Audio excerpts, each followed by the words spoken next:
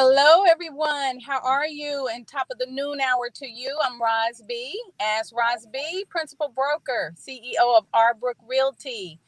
We are back here for building wealth together, back to the basics. I'm telling you, the movers and shakers are on the move today. That would be me and these three. I am in the comfort of my car. I rolled on in and parked at Starbucks.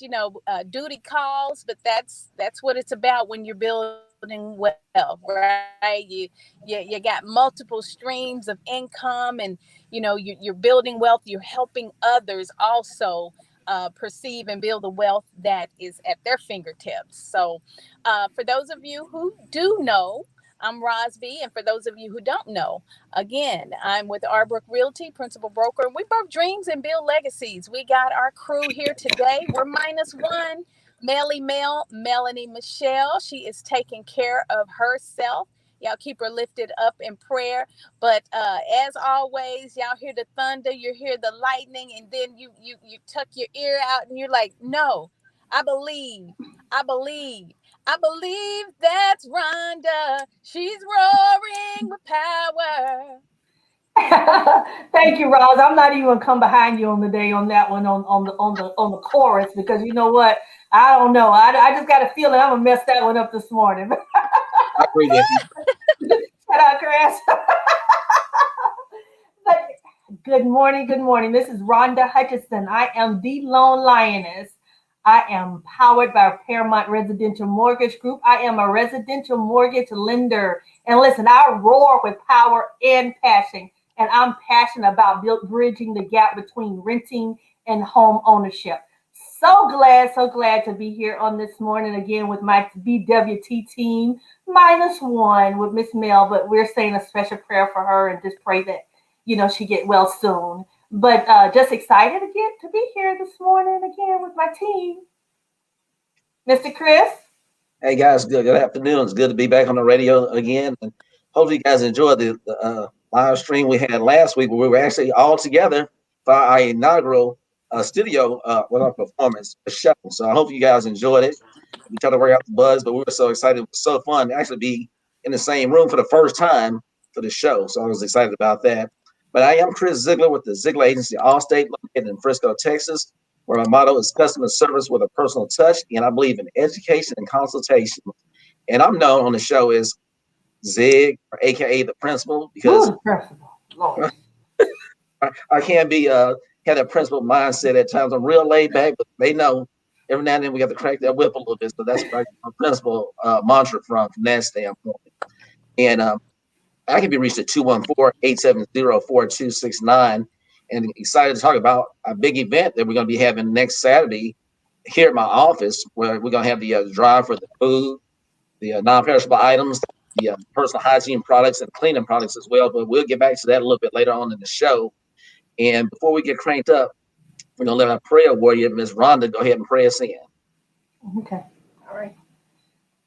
Heavenly Father, first and foremost, we just want to come to you this morning, just say thank you. Just thank you for being who you are, our provider, our protector, our everything, Lord. Just please continue to bless us collectively and individually, and also our listeners and anyone that's hearing us within the multiple platforms that we are this morning, Lord. We just ask you to protect us from what's going on with our country, what's going on with the pandemic. Please continue to cover us, and please continue to guide and let us have common sense to be able to continue to protect no matter what the governor's orders are or no matter what's going on. Just give us that clear mind to be mindful of what's still going on in with the pandemic, Lord.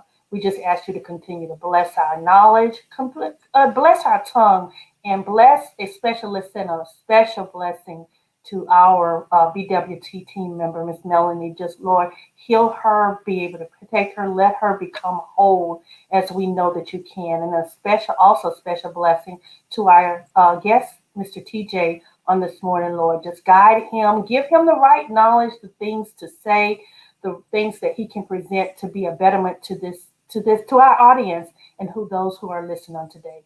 We ask that you continue to just keep us whole. In Jesus' name we pray. Amen. Amen. Amen. Amen. Great prayer, Rhonda. Man. Mr. Chris, will you introduce our guest? Well, I'm going to introduce. I guess I'm excited to have him on today, Mr. TJ Woods. I've been knowing TJ probably almost 6 years. In fact, I met TJ. We've actually done different things together. He's with New York Life, and of course, I'm with Allstate, and I've been fortunate to be with those guys and have done presentations about personalized insurance like home, auto, and renters insurance and things of that nature. And we try to do what we can to help each other out. So we talked earlier this year about how we can help each other out as far as networking. And like I tell people all the time, it's very important to seek people in other arenas to strengthen yourself and to make your knowledge base be stronger from that standpoint. So I'm gonna kick it over to TJ and let him take over and tell some more personal things about himself. How he got started with New York Life, and awesome guy. And like I said, just a wonder to have on the show today. Go ahead, TJ, and take it away. Well, good morning. Good morning. Thanks for having me, Chris, and Roz B and INS. Man, I love these names. So I've been with New York Life working on 9 years now. I started in the business back in 2012. It came across my desk, and I saw that there was a real need for education in that area, as far as insurance and financial planning in the African American community. And it rang out loud to me when I uncovered all the things that we don't know, right? Or the misinformation that we get about our finances. So I've been a hard charger and a champion for education, and not just education, but action. Lots of missed opportunities, and those things we can't get back. Those opportunities to empower ourselves and take advantage of wealth building, opportunities. They come and they go, and if we're not prepared, we'll just miss them. So, I've been with the company for, like I said, almost 9 years, and my client base is pretty vast. I range from family planning to business succession planning to IRAs and 401ks, all the way down to final expense and things like that, wealth management, the gamut, right? So anything that has to do with protection, accumulation, and distribution of assets and wealth, I'd like to be a part of that conversation. That's pretty much it in a nutshell. Awesome. So, Melanie brought up a good point, and she's the one who had suggested that this topic be top of mind this month. Coming out of the pandemic, TJ and team, there were some people who were impacted negatively, where they either had to close their businesses, maybe they have been laid off, underemployed. But then there are those who have absolutely soared during this time as well. So with regrouping and pivoting into 2021, it does behoove us to provide information and a platform and give those people who are struggling a hand up and give them information like a buffet to choose from so that they can reposition themselves to have a strong financial footprint. The show today is about, how to build a strong portfolio. So, TJ, can you just start from the basic level of, where people should start if they are now or underemployed? And I know, you help people build wealth, but let's talk about the people, who are in need of jobs, or maybe there are some who are, have been with corporate America so long, but they are finding themselves in a place where, goodness, I really need to build my own wealth. I want to be in business for myself. So can you speak to that? Wow, that's really broad, really wide. First of all, to the people, you're right. There were people who soared last year, right? And the key word to that is resources. If you had resources invested in the market last year, you did amazing. If you did not have resources invested in the market, you didn't do very well, right? I've had it's interesting that you say that. I just met a young lady who has a couple of lash salons in the Houston area, and we spoke about her, her business and what she did with her finances, and she had to shut down, right? And as a result of shutting down, she discontinued all of her investments, discontinued her life insurance, just kind of put a put a hold on all that stuff, right? And the big thing is, if you had resources, then you had opportunities. If you didn't have resources, then you really, really suffered, right? So with those, I mean, she didn't have a retirement plan or anything like that set up. So these are all opportunities. And the big thing I'm saying that to say, you got to get restarted. You got to you got to come back from the mindset of decline to increase. You got to come back from the mindset of sedentary, we're stuck in the house, to getting back out there. You got to get back on that building train, right? Those resources are recoverable. You can't get the time back, but you can always, restore your coffers. On the corporate America side, for those people that who've left corporate America, lots of those people have pretty sizable 401ks. And for the most part, a lot of them will find creative ways to tap into those funds to reinvent themselves, right? What I find is that when you roll that 401k over there, you can take sizable amounts out of that. I mean, you pay the taxes on it in the current year, but depending on what kind of investment you're looking to make, you could always if you're rolling it, that's the key word. If you roll it, then you can continue to contribute, right? So you can grow that money back, particularly if you got the right kind of product, right? If you got the right type of IRA. So,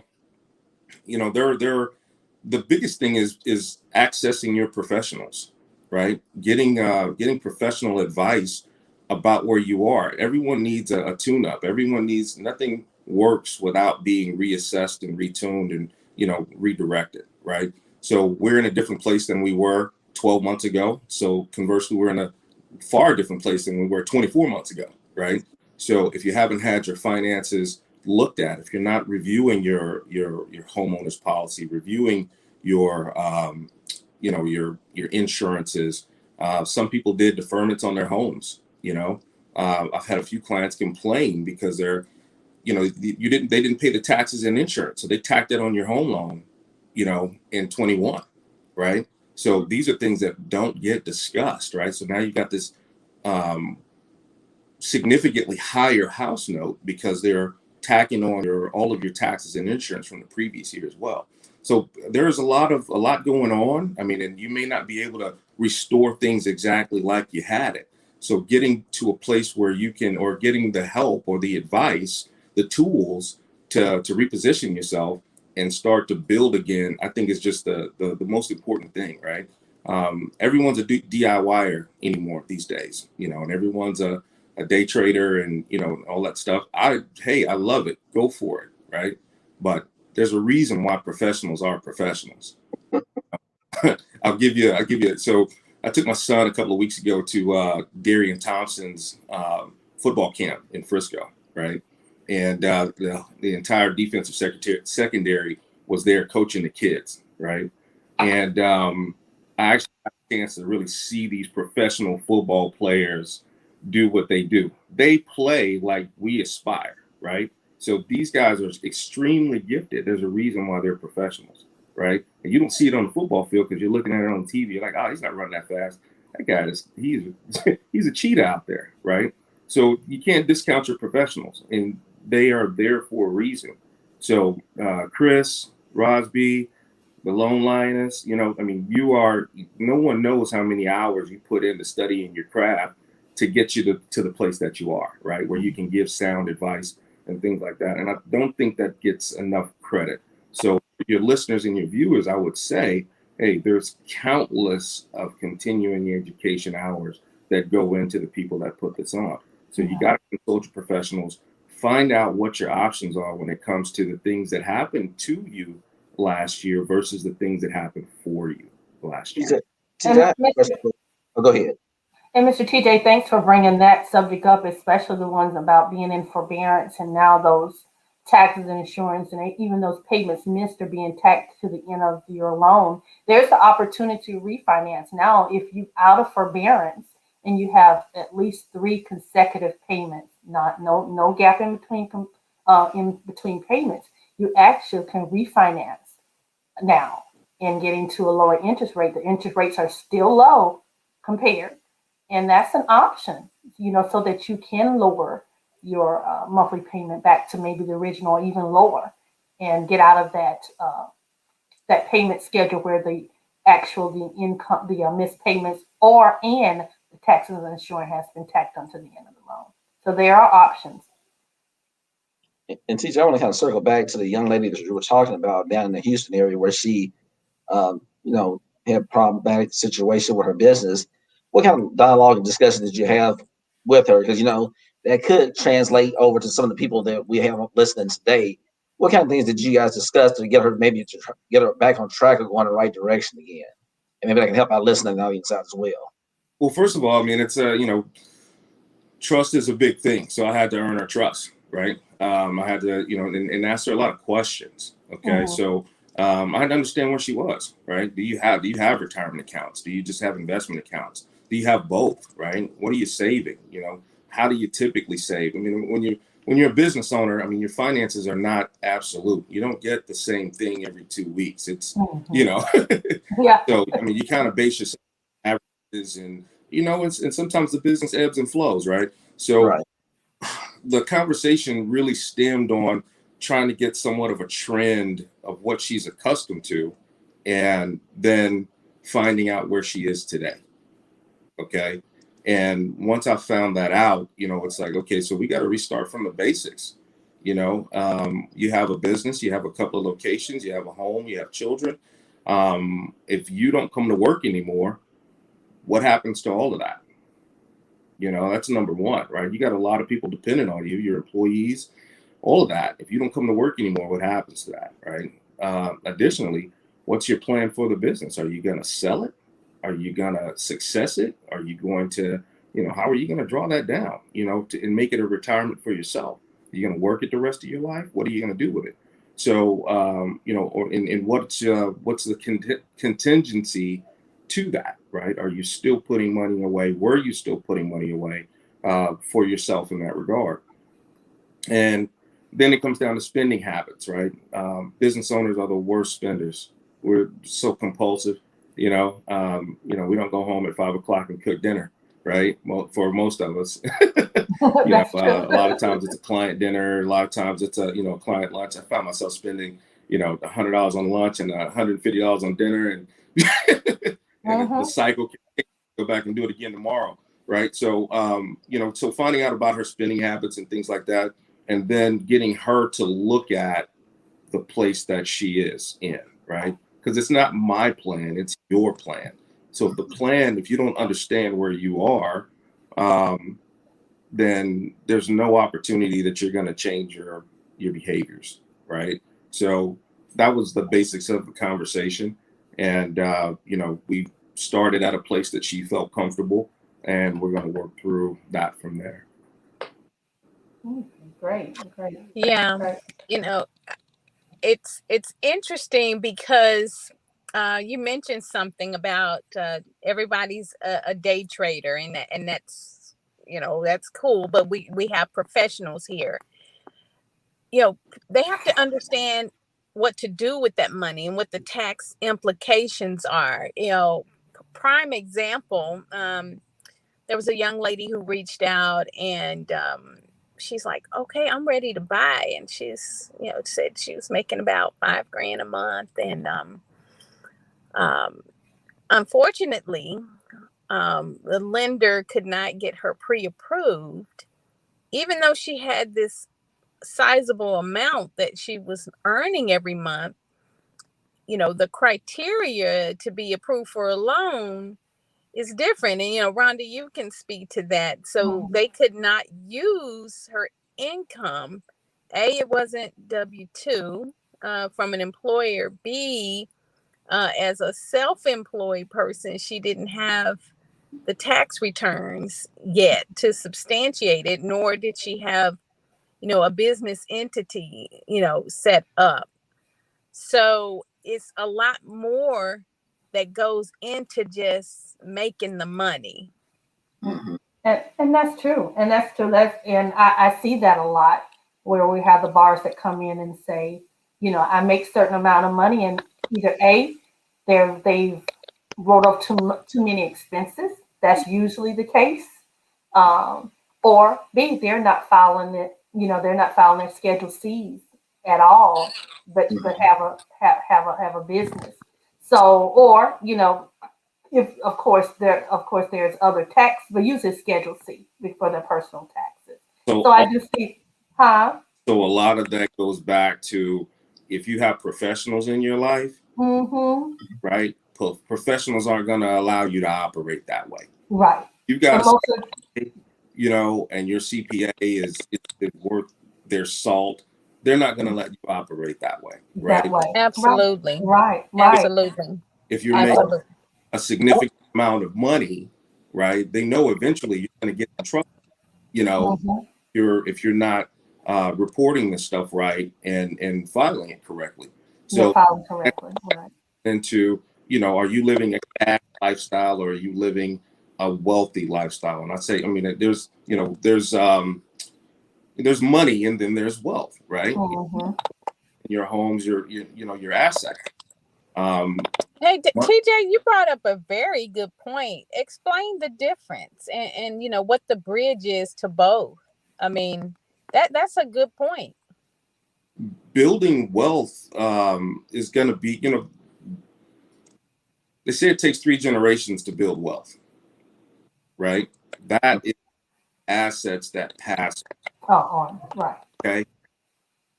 Money is money, right? But when you've got homes, buildings, businesses, real assets that transition and appreciate, I would say that would be wealth, right?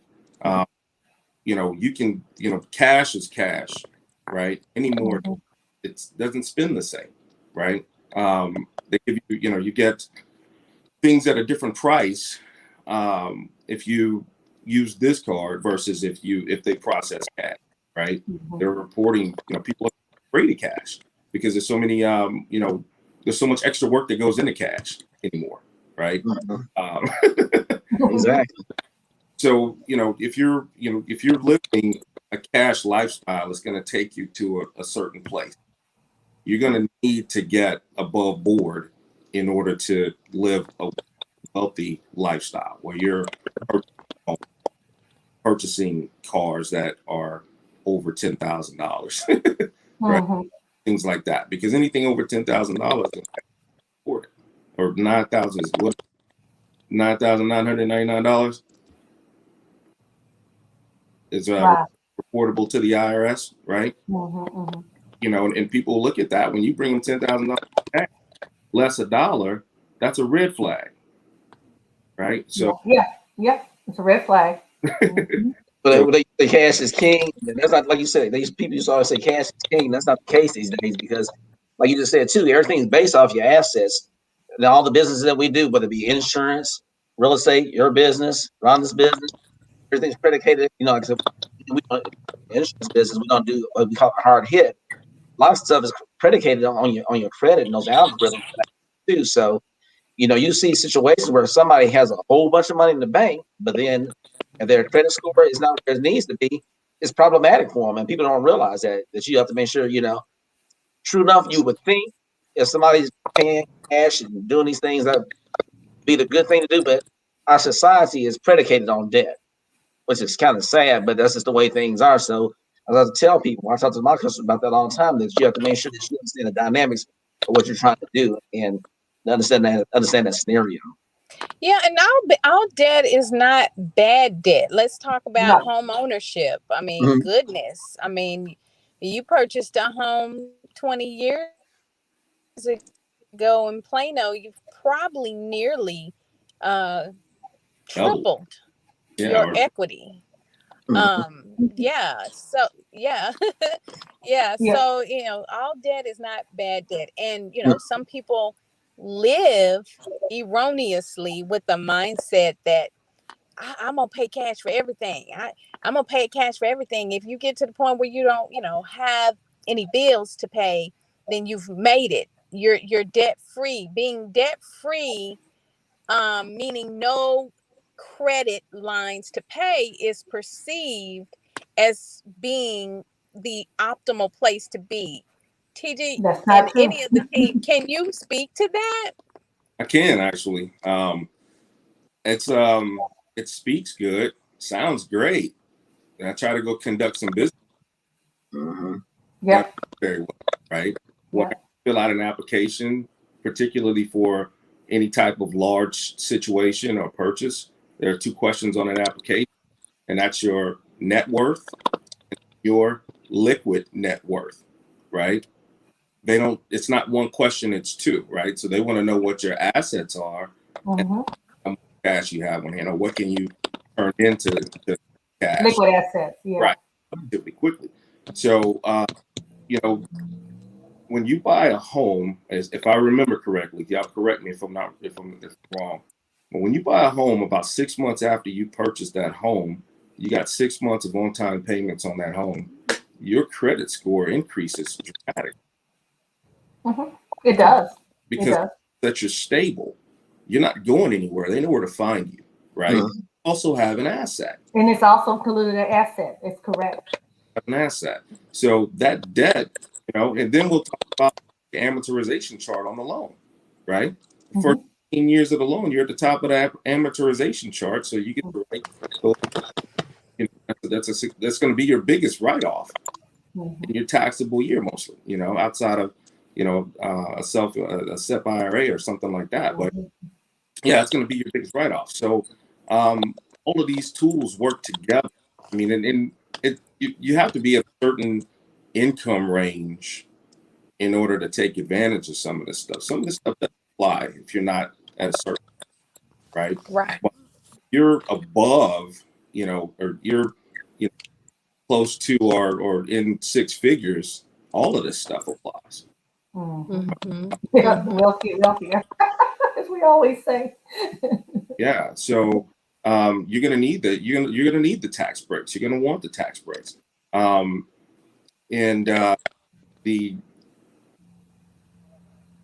sorry, I just lost my train of thought. It's all right. I do it all the time. Exactly. Join the club. So there's a theory: the more you make, the more you spend. I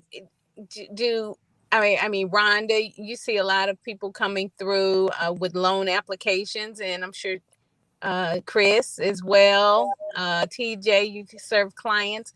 Is that mostly the truth? Do you see that the higher a person's income is, the more debt or spending that they have? Yeah, typically that is the case. I see that a lot. Instead, max out credit cards, making both spouse making 3 figures. I mean, making combined the 300 to 400,000 a year, and credit cards are max to the limit. Max to the limit. Yes, why is that? The more you make, the more. I think it's just money management. I think it's still a mindset, no matter how much you make. Yeah, it is. Like I said, prime example. I have customers I've seen over the years, same situation. I'm talking about well into 6 figures, where somebody may be making about 400,000, somebody may be making 5. Combined, it may be close to $1 million. They struggling harder than somebody on Section 8, like you just said, because they're spending so much. So you see those situations a lot where they're making a lot, but they're spending a lot. So. It's not like people think, well, you make a lot of money, you shouldn't have any problem. But some of these people having the same problems as somebody who's barely making, a living wage. Right. They're making money, they're spending so much. And the thing about it, they don't understand, well, I make the money, why can't I get qualified? Why is not? It's because of your debt to income ratio. You're actually spending just as much as you're making. Well, people don't understand leverage and being highly leveraged, over leveraged. Right? I mean, that's not a conversation that we have. There's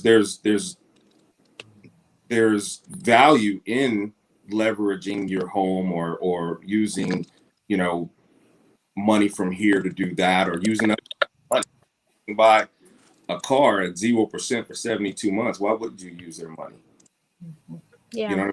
So that's leverage. But if your monthly outlay is just as much or as exceeding as your income, then that's not work, right? No one's going to trust you with that because, you know, they don't see. I mean, everything paints a picture. Your credit picture of finance. Yeah, it is. It is. I just wanted to take a short break and just acknowledge those who may be listening from the other platforms. LinkedIn, Miss Linda Gray. She is a super amazing professional leader, a staple in our community. She is a SCORE mentor, actually mine as well. Linda, if you can, go ahead and pose your question. She said, are we taking questions? If anyone's on YouTube that has a question and Facebook, please go ahead and ask your question. So, yeah, I just wanted to take a moment and do that. And if you're just joining, thank you. Welcome back to Building Wealth Together, back to the basics. We have our guest speaker, Mr. TJ, with us here today. He's with New York Life, and he's coming with a plethora of experience and background in terms of, you know, helping people build their portfolios and, you know, being empowered financially. Um, I wanted to circle back to you, Chris, real quick. I know you guys are hitting the ground rolling hard. I know at the turn of the year, did you see an influx, Chris, of people coming to you that was ready to, you know, align themselves with wealth as it pertains to insurance, life insurance, or any other products that you have? Mm-hmm. Yeah, that did happen at the beginning of the year. And towards the end of the year, it happened as well. People were kind of getting reacclimated to, you know, getting back in the swing of things because, like I told you probably previously, some people in some certain situations, even if they didn't lose their jobs, they were in situations where sometimes, although they kept their job, they lost in the benefits. So I guess they took heed. They're like, Chris, you're right. You know, I was able to keep my job, but I no longer have life insurance anymore. So that put me in a position to make sure I can educate them and get them in the right place from that standpoint. And you know, you guys always hear me say this all the time. If your company offers you life insurance, take whatever they give you, but make sure you get your personal insurance as well, like life insurance as well, because the thing is, if there's an unfortunate situation where you lose your job or you don't have a job anymore, a lot of times it's not portable, meaning you're not able to take it with you. So you want to make sure that you always have something always set up, regardless of what happens from that standpoint. And like I said, talking to professionals like myself and TJ, so we can explain to you, the differences of the different products that we have out there, because it's integral that you know that. Because you guys hear me say this all the time. People say, "Which is better, term, whole life, universal life? Which is better?" Depends on a person's situation and that they're in at that particular time, because it can make a difference. Some people are like, "Oh, term's not as good as whole life and universal life," and I tell you, I don't agree with that. I say some people say term is like renting. I said no, term is more like leasing because you can lease to buy. So it is a good product from that standpoint. So people have different philosophies, but that's my philosophy when it comes to life insurance. It depends on your situation, and I don't have that cookie cutter approach. And then you always hear me say my term, and yet everybody has their own insurance DNA. I think it's important to make sure that you talk to each individual based on their situation and scenarios so that you can give them the best product possible. Right, right. What I'm really hearing you saying is after the pandemic or during the pandemic, people started kind of reevaluating their circumstances when it comes to insurance and say, okay, I need to get my affairs in order. So is that exactly what you're saying?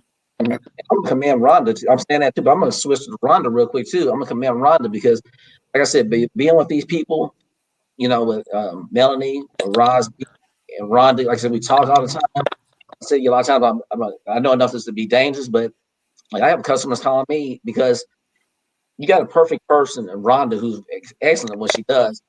Like I said, all mortgage people, all realtors, all insurance people, financial planners, all equal.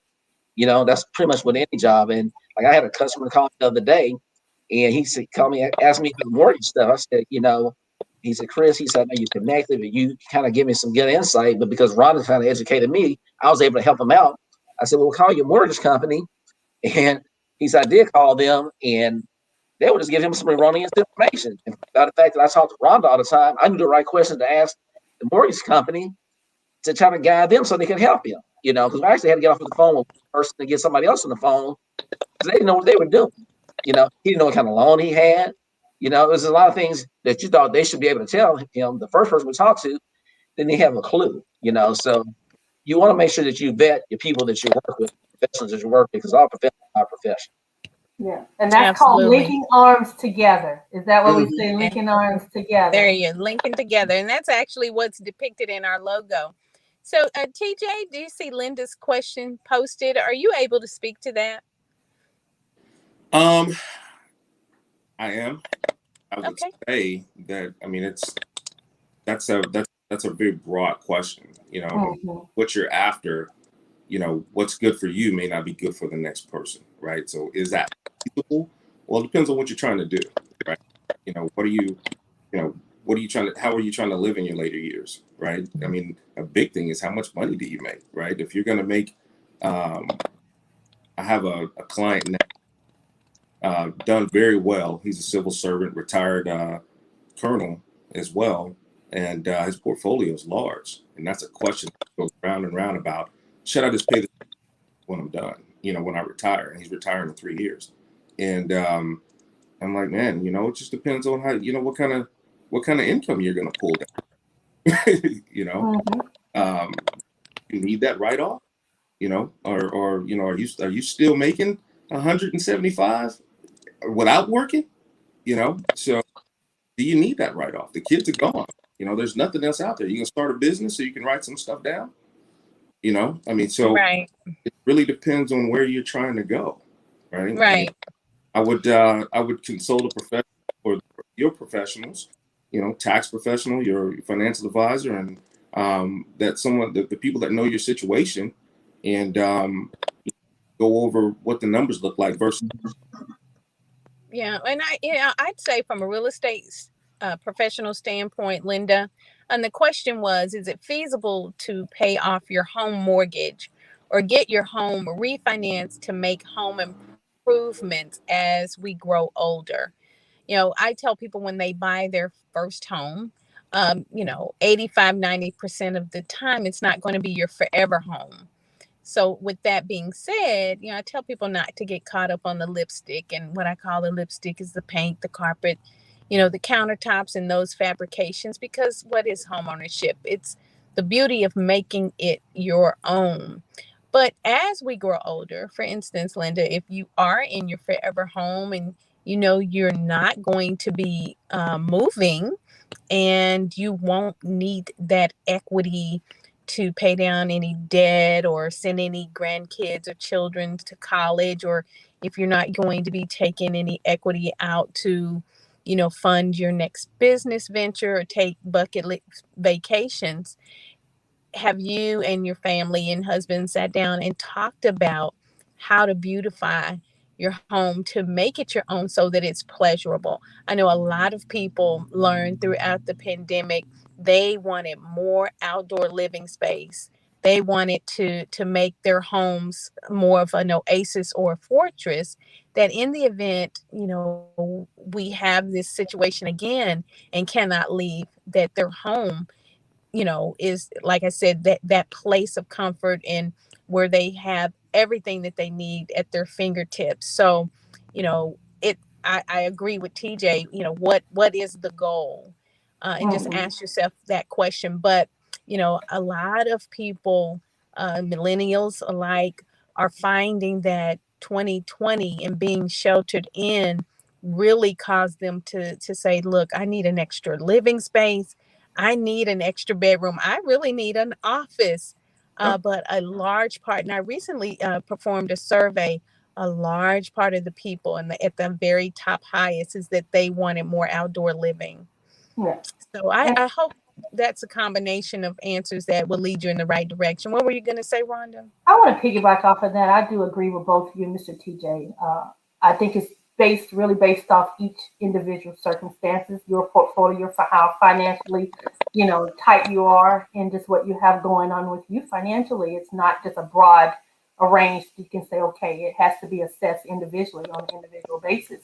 But one of the things I do want to say, homeownership is one of your biggest assets, where you can borrow money from that and do a cash out refinance to make those improvements. I would not suggest to make improvements for things like a vacation or, something that is not going to bring you some kind of, I want to say reward when it comes to making your value go up in your home. But of course, in a home improvement, that definitely is worth looking into taking money out to do those home improvements, because that does bring more equity back to the home. So that, but again, just like Mr. TJ stated, it's an individual decision that you have to look at the big picture and see what works Yeah. best for you financially. I'm gonna chime in. So the okay, go ahead, Chris. I was gonna chime in on what Ron just said too, and what you said too earlier about the equity, up in people's homes.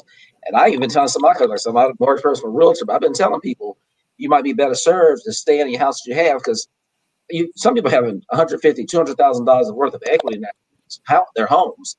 But that being said, I said use that money to maybe do an outdoor living area or to do something else, because I have a few customers that sold their homes, but the problem they're having now is finding a home, like we talked about previously, because there's so many, as you know, Roz, it might be 15 to 20 people trying to, get that same house. And one of my customers, they sold their home, had $200,000 worth of equity, getting ready to get another house, but the house is smaller than what they already had, and almost paying just as much as they did before, More. Yeah. more. They said they made it, they miscalculated and thought they were able to, capitalize on making all the equity, because this market's changed so dramatically. It's been pretty tough. Yeah, you have to have a why if you're a seller. And from a real estate standpoint, you know, people will ask, well, is today, right now in this season, the best time to buy? And it's really a twofold question. Yes, yes. I mean, just over year, there's been like a 15.6% increase in market value in most cases, in homes. So, wow, 3 to 5% in a normal, you know, market is Mm-hmm. great, That's but great. 15.6, that's phenomenal. So a lot of people say, is this a good time to buy? Well, I think if you are forced and you have a need, and this is not a forced matter. A forced matter would be, hey, I have to relocate because my job is relocating, or I have to right size or downsize. Maybe there's been I don't know, a death of a loved one, in those cases. But if you are considering moving, you really got to know, hey, where are you going? If Yeah. it were me, and if I had multi-generation of family that I could go stay with, and we have like a 2 or 3 year plan, you better believe I would cash out.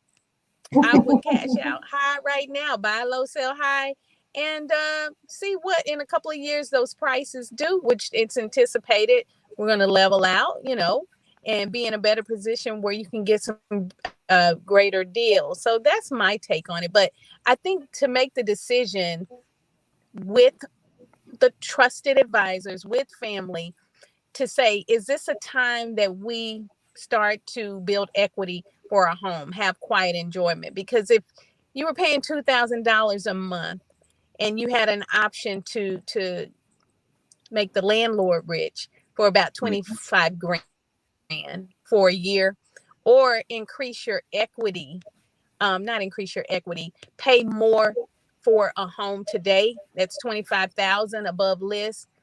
And this is not because I'm in the real estate industry. It's just a no-brainer for me. I'm not going to make the landlord rich another year, 25,000, and have no write-offs. I'd rather test my 25,000 and increase that, increase my sales price by that much, knowing that in Texas, especially being a leader in job creation, that's going to come back around just like any asset. If you have a dip, you don't get out. You ride it. You ride the dip Right away. until it comes back up. So that's my take One on comment it, real guys. quick. We had a comment in the chat from Rosalind Ziegler, aka my mama, and I want to thank her for the comment that she made in the chat. She said, "How wonderful to be able to see 10 continues to serve the public with a great guest, good information." And TJ, you have added to that list. Yeah, thank you, TJ, for that. And I have to admit, don't let me start crying. I have my neighbor who is retiring in 2 years, and came to me with, asked me about the market and should they sell, and so I gave them my opinion based on, but I said, of course, you may want to check into and ask, like you say, your financial advisor, or check into, just don't take my word for it. But they decide to sell their home because of the market, and they're going to sell their home, and they were fortunate enough to be able to rent for a couple of years and then be able to purchase cash for their next home in 2 years. So, and I saw them yesterday, and I said, I'm not speaking to you guys because I'm gonna start crying because they're the best neighbors. But you have to be able to research and be able to establish your individual, what your next move is going to be based on what's going on with you. But that was a personal thing for me. So this market is it's a seller's market, and if it's something that you can capitalize on, then, and you have a backup plan, and you have a plan. I think Roz or even TJ said that, or even you, Chris. If you have your plan of what's going to be next, then it's a great opportunity to do so. And then I'm going to say more about my beautiful wife made a comment too. She said, "Excellent topic." So I'm going to give a shout out to all my peeps. So I won't get a whipping when I get home. Yeah, you got to do right. Definitely some loyal supporters. And I there's a lot of people on the fence. Real estate is just such a huge asset, and I get on my soapbox about it. Stop making the landlord rich, but I will, to this point, say that everybody is not supposed to be a homeowner, and I say that because they don't have the habits, the attitudes, nor the discipline yet. As TJ was talking about, those who overspend. I mean, when you get in a home, you definitely, can't eat out every day. I don't know if you're making that kind of money, because I've had people say, TJ, in terms of budgeting, starting with a budget, is to not deny yourself, but put it in your budget. And if your spending or overspending is not in the budget, then you just leave it alone. So how do you feel about that, TJ, in terms of budgeting? Should you deny yourself, or should you not deny yourself if you are making the money to have the pleasures? I think that is a personal, I'll even call it a demon that you have to exercise. Let's be transparent here. But I agree. But I totally agree. Are you a spender or are you a saver? Yep. And if you are a spender, I mean, that is exactly what it is. It can be there's no limits to that. Consumer is absolute. There's,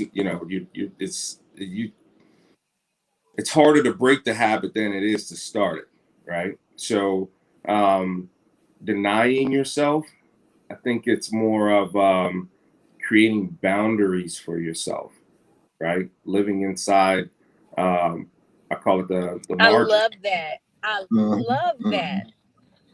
So again, it goes back to a couple of things that I mentioned before, allowing professionals to actually take a look at you, right? And then getting an opinion. And then, sometimes personalities matter. You're going to, people have different philosophies on how they do things, Right. Maybe you interview a couple of advisors and get the one that fits your, lifestyle, or your sits right with your spirit, right? But if they tell you don't deny yourself, spend it. I don't know about that. Hey, Ron, I'm sorry, Roz, I want to go back to what you're saying too about comments you made. You said, home's not for everybody. I'm going to tell you why, because I have this conversation with customers all the time as well. People don't take in consideration that, your home, the taxes and different things could change from year to year. And people think, well, I paid this last year. How come I can't keep paying that? Things change. If you're not in a position to where if taxes change, or even like with insurance, most likely for most situations, home insurance is going to go up anywhere from $150 to $450 a year. People like say, what? Why so much? We have hailstorms here in North Texas, especially in North Texas, in Denton County, Collin County, Dallas County, Tarrant County. These hailstorms we get every year. It's like clockwork. Those kind of things contribute to that. So you have to take that. I tell my customers, I'm not trying to lose any money, but I want people to be educated. Are you going to be in a position to where if this happens, are you still going to be okay? I want to help you get into your home, but I want to make sure you stay in your home. Stay in it, right. That's the key. They don't take into consideration that 100-year storm that we had back in February. That wasn't even anticipated. So when you have a situation like that, I'm keeping my hands crossed, my fingers crossed, but the praying to the man upstairs that because I'm a consumer like anybody else. I don't get a discount on my insurance because I'm an agent and nothing like that. So I'm just like a consumer like anybody else. So those rates up, it affects me just as much. I got a question for you. I got all the receipts for all that landscaping I had to replace. Oh yeah. Can I get reimbursed for my insurance on that? It depends on how your policy reads. It's a possibility. What kind of coverage you had. So we got to talk to your insurance agent to see, because it might be a possibility. Some of that stuff potentially could be covered. Gotcha. Mm-hmm. Roz B, I got a question for you. Yes. When purchasing a home, or buying anything really, there's the cost of the thing, and then there's the cost of doing the thing, right? So what typically does it cost a person to move into a home once they've purchased it? On average, what does a person spend to make? Well, again, that's a personal choice. Is the new home buyer planning to furnish the whole house, 3 of the rooms, 2 of the rooms, or are they taking all the old and putting it into the new? There's the moving cost. That could range, anywhere from, I'd say, $300 to $500, depending on how far you are moving. Their utility deposits, that's a consideration. Um, Things like that. Do they have to go into the home if it's not already renovated or make ready? Are they going to have to make repairs? So those are some of the things that they would have to allocate for. And just like I'm sure you would teach, you should always have an emergency fund and not deplete every penny that you have just to get into the home. So you always have to maintain that. So, I'd say outside of what you are bringing to the table, once you turn the key, I mean, you may be looking at a minimum of another $1,000, and it could be several $1,000s depending on what the goal is. But that's why, like you're saying, TJ, sitting down, plan the work the plan is very important. And we do perish because of lack of knowledge and not having a vision. And, just like the Bible says, and that's what I love about this group is we, go back to the foundation. What is God saying? What is the word? Plans fail or succeed for the lack of counselors or the plenteous of counselors, but action changes things. We have to act on it. It's no sense in talking to like a TJ, someone who's really versed to look into your financial future, actually help you align with a plan, and you don't listen. And you don't listen to him. You don't take any of his guidance or advice. So I hope that helps. Yeah. And as well, and I know that TJ asked the question after you purchased the home, you've gotten your keys and you're getting ready to enter into your new home. But one of the things, and I also want to talk about a piggyback offer, everyone's not ready for a home right now, right now, and you have to be prepared. And preparation is always the key. And one of the things, and Roz, I know you can attest to this, and I'm sure that you can agree with this. If you don't have those 3 things that we require, your option fee, your appraisal, inspection, and then also your earnest money, which is 4, but there's one that's optional.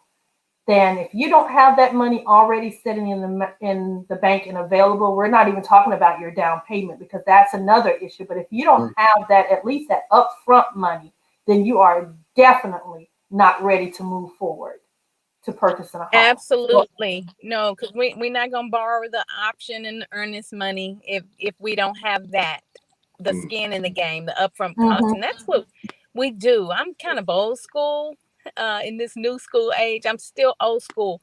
We don't get in the car and go look at homes until we've had a 1-hour consultation. And Rhonda, it is those very things that you just mentioned that we talked about. I'm like, okay, so now that you're approved, guess what? Here are the upfront costs that are needed, and we outline those costs. And at the end of that slide, we say, okay, do you have that?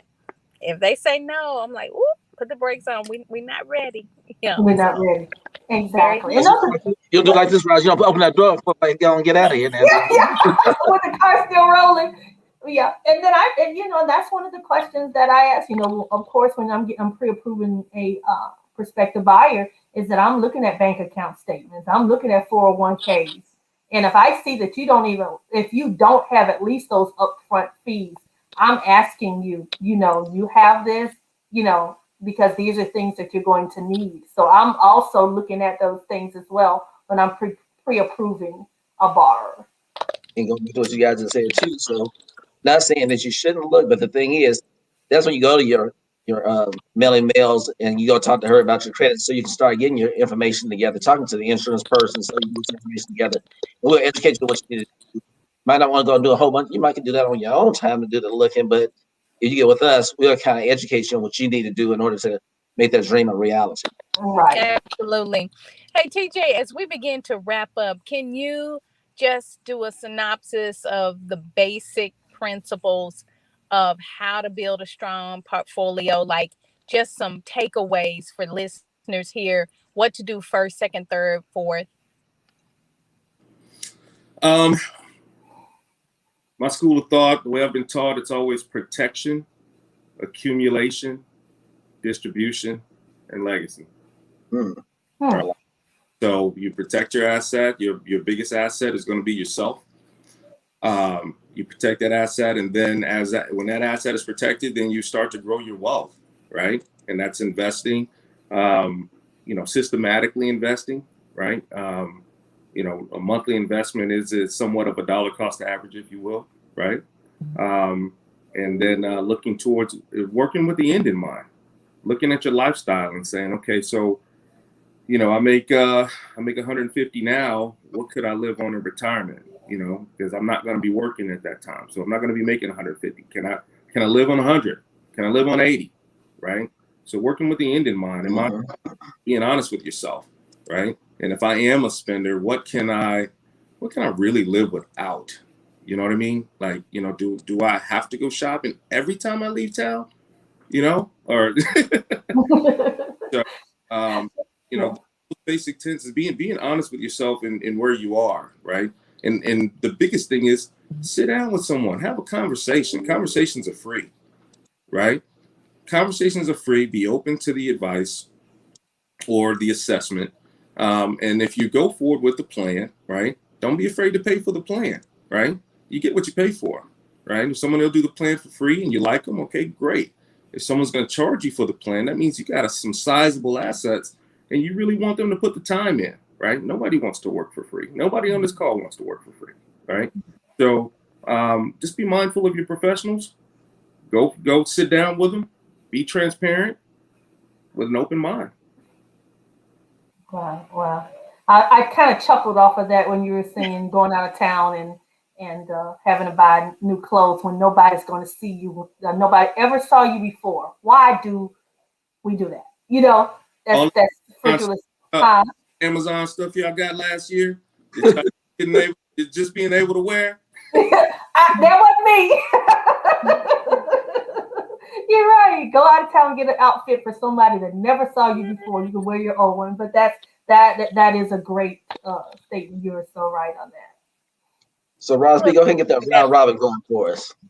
I see we need to wrap it up. TJ, this has been wonderful. Thank you for spending some of your Saturday to Yes, add thank value you. in our community, and for those who will come back and listen, and for those who faithfully listen, you're such a blessing to us all. I'm Roz B, Ask Roz B, your principal broker, CEO of Arbrook Realty. We are still birthing dreams and legacies in real estate. We are inviting those agents who are looking to make that shift to give us a call at 972-679-9311, and check out the latest book that I've authored, How to Buy a Home in a Seller's Market. Those 22 strategies to help you win the bidding war. If God has says yes and you are charged full force ahead, you're going to need to leverage those strategies to win the bidding war. You can find that on Amazon. Just look up Rosalind Booker and How to Buy a Home. It will pop up. Miss Lioness? And I'm Rhonda Hutchison. I am the Lone Lioness. I'm a residential mortgage lender. I'm powered by Fairmont Residential Mortgage Group. And I roar with passion and power. And I am passionate about bridging the gap between renting and home ownership. Please give me a call in regards to all your residential needs, questions. You just want to talk, you want to get my advice. Give me a call at 214-856-3747. Once again, that's 214-856-3747. Mr. Chris? And I'm Chris Ziegler with the Ziegler Agency Allstate, serving the DFW Metroplex and the whole state of Texas, taking care of all your insurance needs. And I can be reached at 214-870-4269. But before we go, I want to remind everybody about the drive next week. It's going to be next Saturday from 11 to 1:30 at my office at 8750 West Main, Suite 203 in Frisco, Texas. And we're getting non-perishable food items, canned goods, flour, sugar, ketchup, mustard, all your non-perishable hygiene products, toothbrushes, toothpaste, deodorant, soap, and cleaning products like your 409, your Clorox, and all that good stuff as well. And we do have some drop-off locations in different parts of the city. One is going to be 105 Hillside Lane in DeSoto, Texas, and they're taking items from noon to 4 p.m. Monday through Friday. You have Services of Hope at 570 Ellsworth Avenue in Dallas from 10 to 4 Monday through Thursday.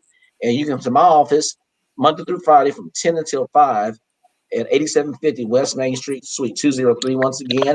And if you have any questions, please do not hesitate to call me at 214-870-4269. And the final drop-off is going to be at my office on the 29th of May. We're going to have some little giveaways and things like that. So hopefully you can come out, enjoy it like we did the last time for the co-drive. We practiced social distancing, but I got my shot now. So we still need to be cognizant. Everybody doesn't have it, but we still will be practicing social distancing, and looking forward to everyone coming out and being a contributor. And we just thank you for all that you do for the show. Absolutely. And TJ, how can people reach you? People can reach me at 214-336-6031. Again, 214-336-6031.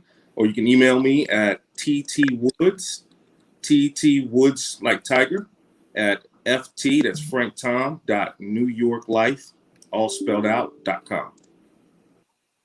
Well, thank you so much. Everyone who has participated, please share this video on your timelines. That's how we pay it forward and expand our tent pegs. That's all we have time for today. Again, thank you, TJ. And y'all have a wonderful, wonderful weekend. Bye-bye. Bye-bye. Bye-bye. Thank you, Linda.